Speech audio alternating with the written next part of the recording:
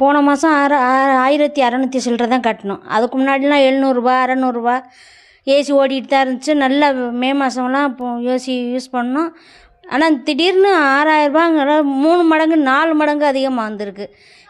எங்களால் ஜீரணிக்க முடியல. போய் திருவரங்கத்தில் ஆஃபீஸில் கேட்டோம். போய் கேட்டதுக்கு அவங்க நீங்கள் யூஸ் பண்ணியிருக்கீங்க கட்டுங்கன்ற மாதிரி சரியான ரெஸ்பான்ஸ் பண்ணி பதில் சொல்ல மாட்டேங்கிறாங்க இபி ஆஃபீஸில். இது நாங்களாம் நடுத்தரவாதி, வாடகை வீட்டில் இருக்கோம். எங்களால் இவ்வளோ இது கட்ட முடியுமா? அதுக்கு சரியான பதில் சொல்கிறாங்கல்ல கவர்மெண்ட்டில்.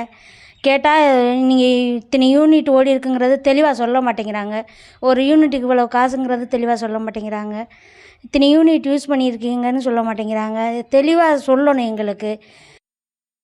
போன மாதம் கரண்ட் பில் 168 ரூபா தான் கட்டணும். இந்த மாதம் 2161 ரூபா வந்திருக்குது. இதுக்கு எதுக்கு எவ்வளோ வந்திருக்கு என்னன்னு கேட்டால் அதுக்கு சரியான விளக்கம் கொடுக்க மாட்டேங்கிறாங்க. இதை கட்டி தான் ஆகணும், நாங்கள் போட்டுட்டோம், நீங்கள் கட்டி தான் ஆகணுங்கிறாங்க. நாங்கள் வாடகை வீட்டில் தான் இருக்கிறோம். ரொம்ப சும்மா எங்களுக்கு அதிகமாக இருக்குது. இது அரசு உடனடியாக எங்களுக்கு ஒரு முடிவு, நல்ல தீர்வாக கொடுக்கணும்னு நினைக்கிறோம். போன டைம் 2300 ரூபா வந்துச்சு. அதுக்கே நாங்கள் கேட்டோம், ஒன்றும் இல்லை இந்த சம்மர் டைம்னால உங்களுக்கு அது மாதிரி வந்திருக்கும் அப்படின்னு சொன்னாங்க. சரின்னு விட்டுட்டோம். இப்போ என்னென்னா 3 மடங்கு உயர்த்தி 7000 ரூபா கரண்ட் பில் போட்டிருக்காங்க. போய் அதிகாரிகிட்ட கேட்டதுக்கு அதிகாரி சொன்னாங்க, இந்த வாட்டி உங்களுக்கு கொஞ்சம் கூட வந்திருக்கலாம், இந்த வாட்டி பார்த்துக்குவோம், பணத்தை கட்டுங்க, அடுத்த வாட்டி பார்ப்போம்னு சொல்கிறாங்க. இதே மாதிரி எதிர்த்த வீட்லேயும் டபுள் மடங்காக வந்திருக்கு. அவங்களுக்கு 16000 ரூபா 20000 ரூபான்னு 2 வீட்டுக்கு வந்திருக்கு. எங்கள் வீட்டுக்கு 7000 ரூபா 4500 ரூபான்னு பில் வந்திருக்கு. கேட்டதுக்கு அதிகாரி பணத்தை இந்த வாட்டி கட்டுங்க, அடுத்த வாட்டி பார்ப்போம். மாதம் ரீடிங் அந்த டைமிங்கில் எடுத்தாங்கன்னா எங்களுக்கு கரண்ட் பில் கரெக்டாக கவர்மெண்ட் சொன்ன மாதிரி எங்களுக்கு ஃப்ரீயாக கிடைக்குதாங்கிறது எங்களுக்கு கன்ஃபார்மாக தெரியும். அதனால் கவர்மெண்ட் அந்த ரீடிங் எடுக்கிறவங்கள அந்த டைமிங்கில் எடுக்க சொன்னீங்கன்னா கொஞ்சம் எங்களுக்கு வசதியாக இருக்கும். அப்போ தான் நாங்களும் அதை கண்டுபிடிக்க முடியும். எங்களுக்கு ஃப்ரீயாக அந்த 200 யூனிட்ல எங்களுக்கு ஃப்ரீயாக கிடைக்குது அப்படின்றத எங்களுக்கு கண்டுபிடிக்கிறதுக்கு ஒரு நல்ல வாய்ப்பு இருக்கும். இந்த மாதிரி போன மாதம் கரண்ட் பில் வீட்டுக்கு 3000 ரூபா வந்துச்சு. இந்த மாதம் கரண்ட் பில் 6000 ரூபா வந்திருக்கு. இந்த மின்கட்ட உயர்வு எப்படி சமாளிக்கிறாங்கன்னே தெரியல. இந்த துரிதமான நடவடிக்கையை தமிழக அரசு எடுக்க வேணும். மின் கட்டணம் போய் மின் ஆஃபீஸில் கேட்டாலும் ஒழுங்கான முறையான பதில் இல்லை. இதுக்கு தமிழக அரசு உடனடியாக நடவடிக்கை எடுக்க வேண்டும்.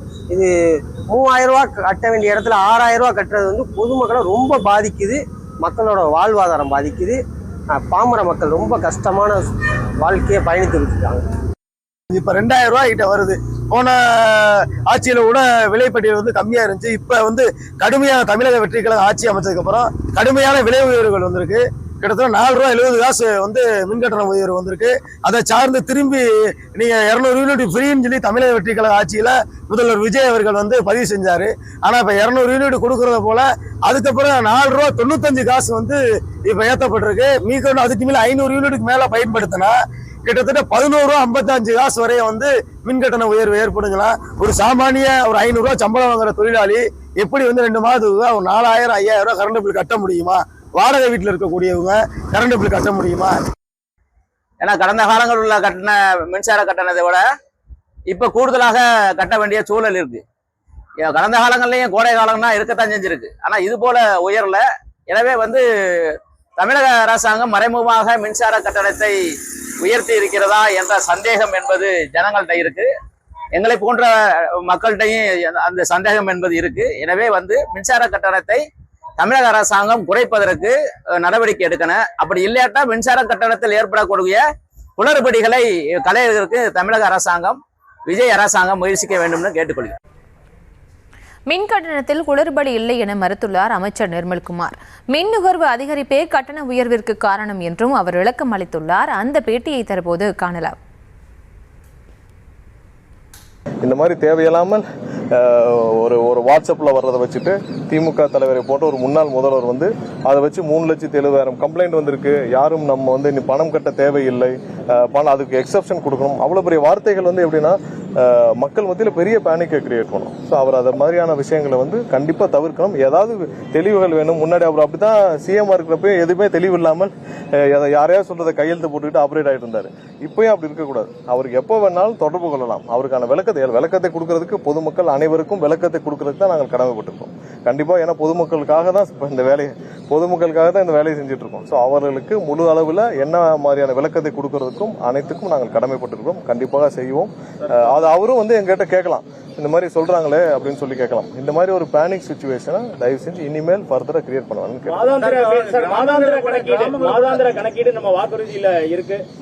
இல்ல, அதற்கு நம்ம பணியாட்களை முதல்ல எடுக்கணும். அந்த வேலைகள் தான் போயிட்டு இருக்கு. பணியாட்களை எடுத்த பிறகு நம்ம அனைத்தும் வந்து இது சீரமைச்ச பிறகு தான் நம்ம பண்ண முடியும். பணியாட்கள் அசஸ்டர் வந்து கம்மியா இருக்கு.